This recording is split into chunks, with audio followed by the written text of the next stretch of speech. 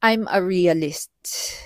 Hindi na ako nabubuhay sa imagination, you know.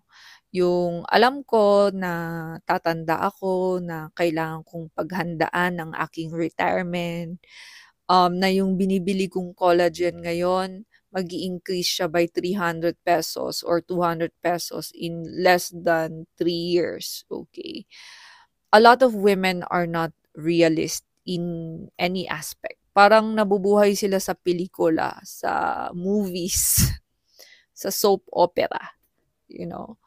And that's terrible because these are the women usually who watch the Korean shows but cannot live the Korean life. Or actually Koreans don't live the Korea like what you see on the movies. You know, they work really, really hard every day. They study really, really hard.